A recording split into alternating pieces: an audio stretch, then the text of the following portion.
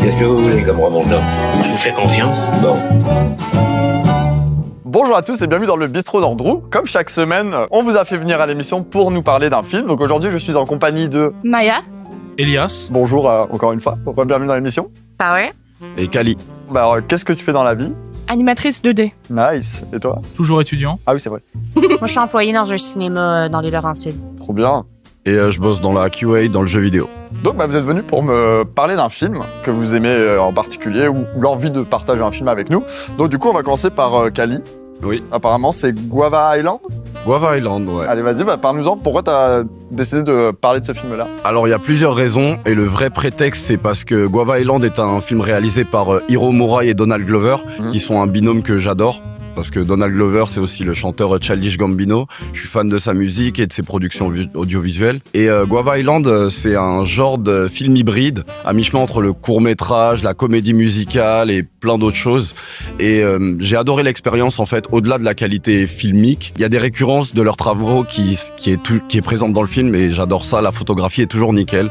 Il y a un truc avec Hiro Murai, c'est que dès qu'il filme un truc, on peut mettre pause à n'importe quel instant, et c'est un plan photo magnifique. Donald Glover, il est totalement fou dans son écriture. Là, pour le coup, le film a été coécrit avec son frère, Stephen Glover. J'ai adoré le concept du film. C'est sur une île paradisiaque. Beaucoup de gens y vivent, mais ne prennent plus le temps de voir que leur île est paradisiaque. Et le personnage de Donald Glover s'appelle Denis. C'est un peu un artiste un peu fou qui joue de la guitare partout pendant que tout le monde bosse. Et il décide d'organiser un festival pour que les gens prennent conscience qu'ils vivent dans un endroit merveilleux. Sauf que sur l'île, il y a un dictateur qui n'est pas très fan de ça. Et il se dit, si tu fais ton festival, demain, les gens ne viendront pas bosser. Et du coup, c'est un peu ça le pitch de base de l'histoire. Va-t-il faire son festival ou pas? Et en plus, sa copine, c'est Rihanna. Et des fois, je suis un peu amoureux d'elle. Il n'a pas parlé qu'il y a Rihanna dans le film, quand même. Ouais. Il y a aussi, j'ai plus le nom de l'actrice, mais celle qui joue Black Panther dans le 2. Et il y a aussi, j'ai pas son nom, il a un nom que j'ai du mal à retenir, c'est le seul noir riche de Game of Thrones qui a fini dans un coffre. J'ai pas vu Game of Thrones, je pourrais pas t'aider. Le respect est mort. Il joue exactement le dictateur, mais j'ai adoré les musiques du film parce qu'il a réussi à les inclure de manière très organique. C'est vraiment un film feel good à regarder le dimanche, détente, et moi je suis très fan de ce genre de contenu.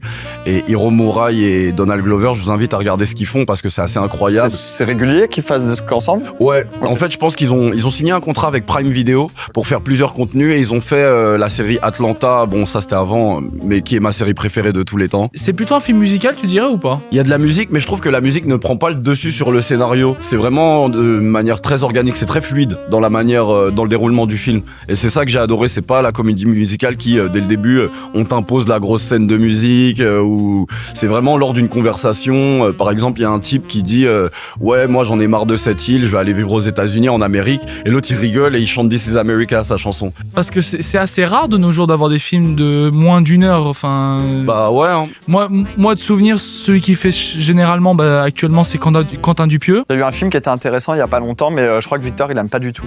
Alors bonjour, c'est Victor. On m'a installé une caméra en régie pour que je puisse dire des choses. Quentin Dupieux est un génie et Dali est déjà un des meilleurs films de l'année. Voilà, je rends la parole à l'émission. Ça c'est fait. Voilà.